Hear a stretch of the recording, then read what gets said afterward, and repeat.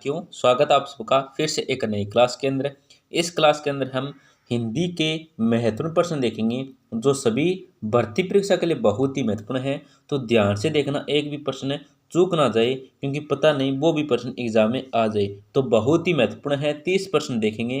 Class को ध्यान से देखना और साथ साथ में क्या है, कमेंट भी करना, जिससे क्या है आपका रिवीजन अच्छा हो सके, तो और प्रश्न भी क्या है याद हो सके। तो क्लास का एक नंबर प्रश्न है, देखो प्रविष्ण कहते हैं। देखो जो प्रविष्ण कहते हैं ये किसको कहते हैं? देखो ऑप्शन आपके, विशेषण के पहले लगने वाला विशेषण, विशेषण की विशेषता बताने वाला शब्द, विशेष्य की विशेषता बताने वाला शब्द, या विधेय की विशेषता बताने वाला शब्द। तो यहाँ पे जो आपका सही उत्तर होगा ना, वो हो जाए option number B. Option number B है ना, ये आपका सही उत्तर हो जाएगा। जो विशेषण कहते हैं, ये विशेषण की विशेषता बताने वाले शब्द को क्या कहते हैं? विशेष पर विशेषण कहते हैं। क्या कहते हैं? पर विशेषण कहते हैं। ऑप्शन नंबर बी है ना, ये आपका सही उत्तर हो जाएगा।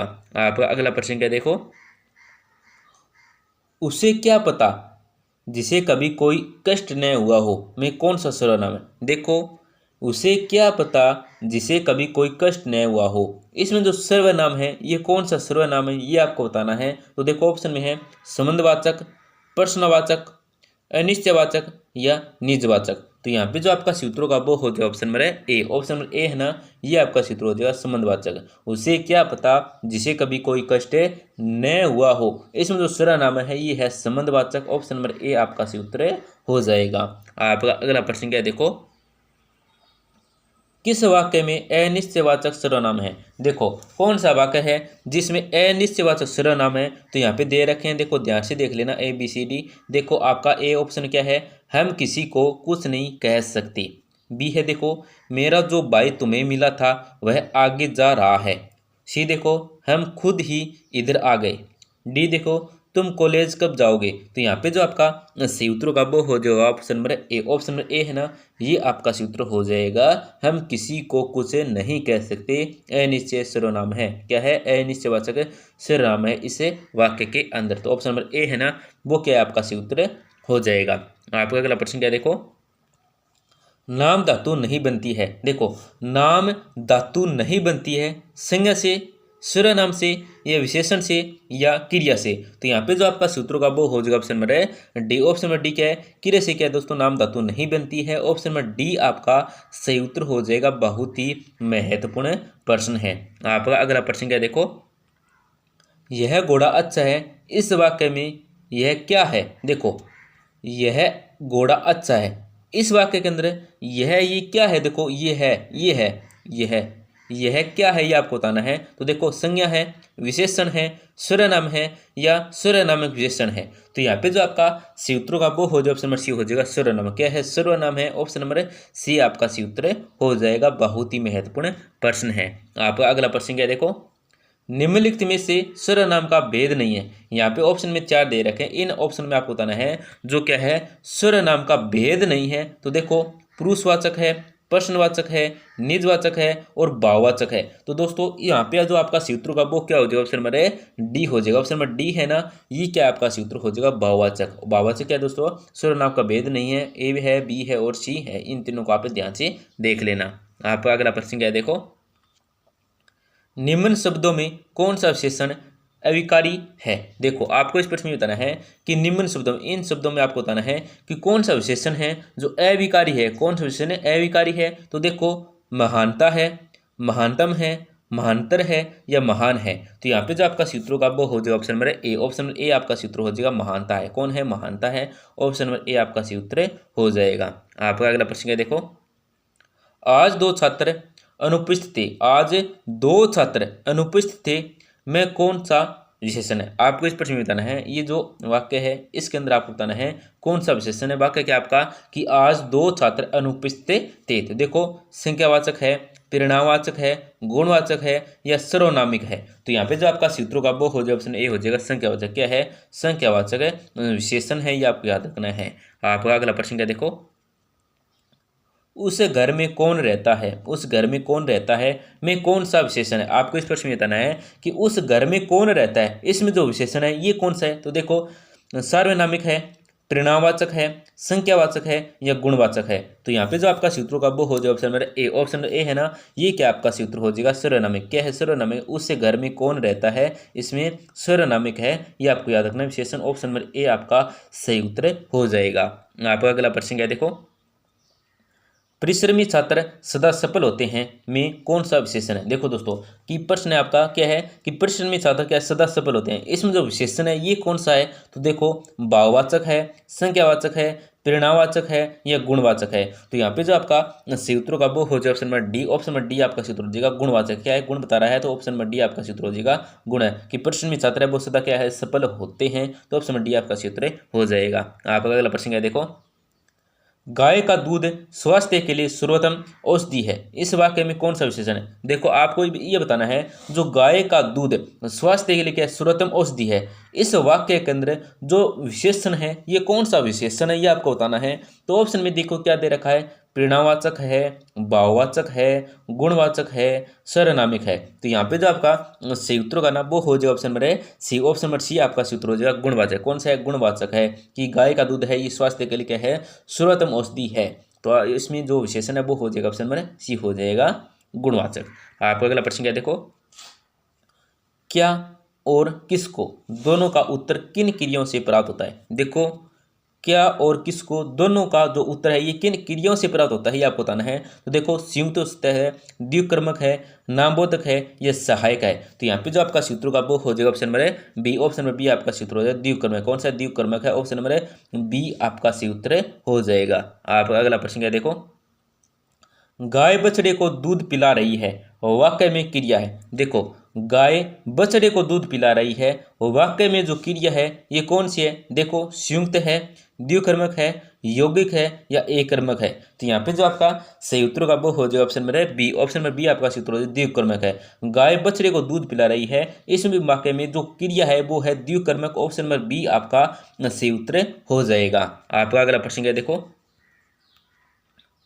वह पढ़ाई कर चुका है, वह पढ़ाई कर चुका है वाक्य में क्रिया है। देखो आपको ध्यान से देखना है, वह पढ़ाई कर चुका है इस वाक्य के अंदर जो क्रिया है कौन सी जो क्रिया है ये आपको बताना है इन चार ऑप्शन में। तो देखो ऑप्शन आपके सहायक है, यौगिक है, संयुक्त है, नामबोधक है। तो यहाँ पे जो आपका सूत्र का ना वो हो जाएगा option number C. Option number C है ना, ये क्या आपका सूत्र हो जाएगा संयुक्त है। कौन सी संयुक्त क्रिया है? ऑप्शन नंबर सी आपका सूत्र हो जाएगा। आपका अगला प्रश्न है देखो, तुम खा रहे हो वाक्य में सहायक क्रिया है। देखो तुम खा रहे हो, तुम खा रहे हो, क्या खा रहे हो? तुम खा रहे हो। इस वाक्य के अंदर जो सहायक क्रिया है ये कौन सी है? देखो हो है, रहे हो, खा है या कोई नहीं। तो इसमें जो सहायक क्रिया है ना, इसमें जो आपका सही उत्तर होगा ना वो क्या हो जाएगा? ऑप्शन नंबर बी हो जाएगा। ऑप्शन नंबर बी आपका सही उत्तर हो जाएगा रहे हो। इसमें जो सहायक क्रिया वो क्या है? रहे हो, ये आपका राइट आंसर हो जाएगा।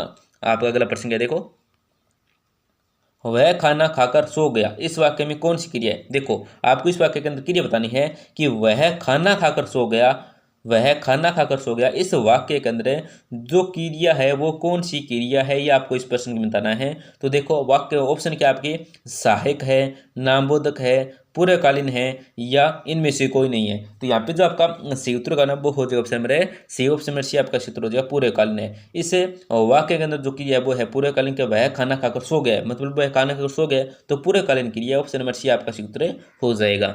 आपका अगला प्रश्न है देखो, संघ के कितने भेद हैं? संघ के कितने भेद हैं ये आपको बताना है। तो देखो 2 है, 3 है, 4 है या 5 है? तो यहाँ पे जो आपका सूत्रों का वो हो जाएगा ऑप्शन नंबर डी हो जाएगा। ऑप्शन नंबर डी है ना, ये आपका सूत्र हो जाएगा 5 है। क्या है? 5 है। आपका अगला प्रश्न क्या है देखो, राष्ट्रीय की भाववाचक संज्ञा है। देखो राष्ट्रीय की जो भाववाचक संज्ञा है वो कौन सी है? देखो तो राजकीय है, राष्ट्रीयता है, राज्य है या राष्ट्र है? तो यहाँ पे जो आपका सूत्र का वो हो जाएगा option number B. Option number B आपका सूत्र हो जाएगा राष्ट्रीय। क्या है कि राष्ट्रीयता है, राष्ट्रीय की जो भाववाचक संज्ञा वो क्या है? राष्ट्रीयता है। ऑप्शन नंबर बी आपका सही उत्तर हो जाएगा।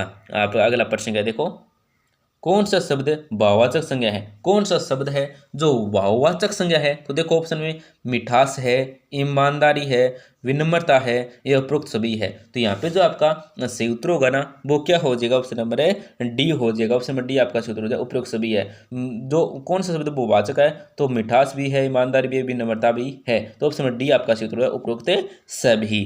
आप अगला प्रश्न क्या देखो, मैं, हम किस प्रकार का सर्वनाम है। देखो एक तो मैं है, एक है हम है, मैं और हम। इसके अंदर जो सर्वनाम है ये किस प्रकार का सर्वनाम है ये आपको बताना है। तो देखो अन्य पुरुष है, मध्यम पुरुष है, उत्तम पुरुष है या इनमें से कोई नहीं। तो यहाँ पे जो आपका सूत्र होगा वो हो जाएगा ऑप्शन नंबर सी हो जाएगा। ऑप्शन नंबर सी आपका सूत्र हो जाएगा, उत्तम पुरुष है। कौन सा उत्तम पुरुष है, ऑप्शन नंबर सी आपका सूत्र हो जाएगा। आपका अगला प्रश्न है, देखो कोई कुछ किस सर्वनाम के उदाहरण है। कोई कुछ, देखो कोई और कुछ ये किस प्रकार के सर्वनाम के उदाहरण है ये आपको बताना है। तो देखो पुरुषवाचक है, संबंधवाचक है, अनिश्चयवाचक है, निजवाचक है। तो यहाँ पे जो आपका सूत्र होगा वो हो जाएगा option number C. Option number C आपका सूत्र हो जाएगा अनिश्चयवाचक। क्या है, कोई कुछ, इसमें जो सर्वनाम के उदाहरण है वो क्या है, अनिश्चयवाचक। ऑप्शन नंबर सी आपका सूत्र हो जाएगा अनिश्चयवाचक है। आपका अगला प्रश्न क्या है, देखो विशेषण का प्रयोग होता है। जो विशेषण का प्रयोग होता है ये कब होता है। देखो विशेष्य के पहले होता है या विशेष्य के बाद में होता है, उपयुक्त दोनों में होता है, ये भी या कोई भी नहीं है। तो यहाँ पे जो आपका संयुक्त होगा ना वो हो जाएगा ऑप्शन नंबर सी, उपयुक्त दोनों। मतलब विशेषण का जो प्रयोग होता है ये विशेष्य के पहले भी होता है और विशेष्य के बाद में होता है, मतलब दोनों हो जाएंगे। ऑप्शन नंबर सी आपका सूत्र हो जाएगा, उपयुक्त दोनों। आपका अगला प्रश्न क्या है, देखो विशेषण किस शब्द की विशेषता बताते हैं। देखो विशेषण है ये कौन से शब्द की विशेषता बताते हैं आपको बताना, कौन से शब्द की विशेषता बताते हैं। तो देखो संज्ञा की बताते हैं, संज्ञा और सर्वनाम की बताते हैं, या सर्वनाम की बताते हैं, या कारक की बताते हैं। तो यहाँ पे जो आपका सूत्र होगा ना वो हो जाएगा ऑप्शन नंबर बी हो जाएगा। ऑप्शन नंबर बी क्या आपका सूत्र हो जाएगा। जो विशेषण है ये संज्ञा और सर्वनाम में शब्दों की विशेषता बताते हैं, ये आपको याद रखना। ऑप्शन नंबर बी आपका सूत्र हो जाएगा। आपका अगला प्रश्न क्या है, देखो विधेय विशेषण है। देखो विधेय जो विशेषण है ये कौन सा है। देखो विशेष्य से पहले लगने वाला विशेषण, विशेष्य के बाद लगने वाला विशेषण, उपयुक्त दोनों मतलब ए बी दोनों, या इनमें से कोई नहीं मतलब ए बी सी मीन कोई भी नहीं। तो यहाँ पे जो आपका राइट आंसर होगा ना वो हो जाएगा ऑप्शन बी हो जाएगा। विधेय विशेषण है वो कौन सा होता है। तो ऑप्शन नंबर बी है ना कि विशेष्य के बाद लगने वाला जो विशेषण होता है उसको विधेय कहते हैं, विधेय विशेषण होता है। ऑप्शन नंबर बी आपका सही उत्तर हो जाएगा। आपका अगला प्रश्न क्या है, देखो जिस शब्द की विशेषता बताई जाए वह है। देखो जिस शब्द की विशेषता बताई जाए वह कौन सा है। देखो विशेषण है, परविशेषण है, विधेय है, या विशेष्य है। तो यहाँ पे जो आपका सूत्र का वो हो जाएगा ऑप्शन नंबर डी। क्या ऑप्शन नंबर डी है ना ये आपका सूत्र हो जाएगा। विशेष्य क्या है, विशेष्य है जिस शब्द की विशेषता बताई जाए उसे विशेष्य कहते हैं। ऑप्शन नंबर डी आपका राइट आंसर हो जाएगा। बहुत ही महत्वपूर्ण प्रश्न है।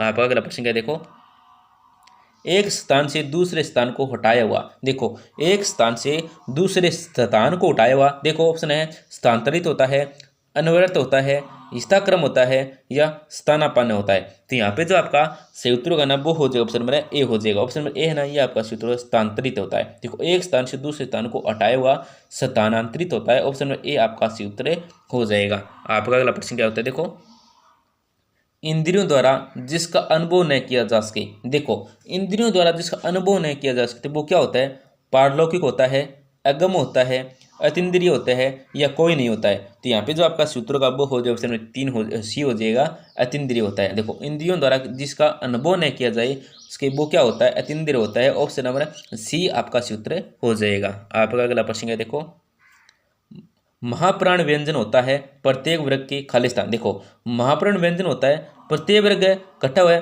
पहला या तीसरा वर्ग प्रत्येक वर्ग को वर्ग समझ गए आप। वर्ग में आप बता देते देखो कै वर्ग, कै वर्ग के अंदर कितने होते हैं, 5 होते हैं। कै ख ग जैसे च वर्ग, ट वर्ग, च छ ज ट ये होता है वर्ग। तो प्रत्येक वर्ग का होता है महाप्राण व्यंजन कौन से होते हैं, प्रत्येक वर्ग के पहलो या तीसरा होता है। देखो मतलब कै ख ग ग अड़ ये मतलब पहला पहला कै और तीसरा मतलब कै ख ग ये ग इस तरह से। तो प्रत्येक वर्ग का पहला या तीसरा, तीसरा या पांचवा, पहला या पांचवा, दूसरा या चौथा। तो यहाँ पे जो आपका राइट आंसर होगा ना वो क्या हो जाएगा, ऑप्शन नंबर डी हो जाएगा। ऑप्शन नंबर डी है ना ये क्या आपका सूत्र होता है, दूसरा और चौथा। महाप्राण व्यंजन होता है प्रत्येक वर्ग क्या होता है, दूसरा और चौथा होता है। ऑप्शन नंबर डी आपका राइट आंसर हो जाएगा। आपका अगला प्रश्न क्या, देखो द्विगुण व्यंजन है। देखो तो द्विगुण व्यंजन है वे कौन सा है, देखो अड ड है, गेस रे है, पैफ है, या कोई नहीं। तो यहाँ पे जो आपका सूत्र होगा ना वो हो जाएगा ऑप्शन नंबर ए हो जाएगा, डैड है। क्या डैड है, ऑप्शन नंबर ए आपका सूत्र हो जाएगा। आपका अगला प्रश्न क्या, देखो अगम दुर्गम। अगम का अर्थ जहां न पहुंचा जा सके, और दुर्गम का देखो बहुत ही महत्वपूर्ण प्रश्न है। देखो आपको यहाँ पे अगम और दुर्गम में शब्द दे रखे हैं। इसमें अगम का अर्थ बता रखा है कि अगम का अर्थ क्या होता है, जहां ने पहुंचा जा सके उसका अर्थ होता है अगम। अब आपको इस प्रश्न में बताना है, यहाँ पे 4 ऑप्शन दे रखे हैं, इन प्रश्न में आपको बताना है कि दुर्गम का अर्थ क्या होता है। तो देखो, जहां पहुंचा जा सके, जहां जल्दी से पहुंचा जा सके, जहां पहुंचना कठिन हो या कोई नहीं। तो यहाँ पे जो आपका सूत्र होगा ना वो हो जाए, ऑप्शन सी हो जाएगा। क्या है, दुर्गम, मतलब जहां पहुंचना कठिन हो। से इसका ये अर्थ किसका होता है, तो दुर्गम का अर्थ होता है। ये इसका अर्थ होता है, दुर्गम का अर्थ होता है। अब अगम का भी आप याद रख लेना, क्या होता है, जहां न पहुंचा जा सके। तो ऑप्शन नंबर सी इसमें आपका राइट आंसर हो जाएगा। तो दोस्तों, क्लास के अंत में आपसे छोटी सी गुजारिश करेंगे, क्लास को जरूर लाइक करें। बस आपसे इतनी छोटी सी गुजारिश रहती है, बस आपको क्लिक ही करना होता है। क्लास को जरूर लाइक करें, हो सके तो अपने दोस्तों के साथ जरूर शेयर करें, जिससे वे भी हिंदी के महत्वपूर्ण प्रश्न देख सकें। और दोस्तों, आपको हिंदी के किस टॉपिक से संबंधित महत्वपूर्ण प्रश्न चाहिए तो आप हमें कमेंट करें, हम उससे पे जरूर आपके लिए क्लास लाएंगे। तो धन्यवाद, मिलते हैं अगली क्लास में।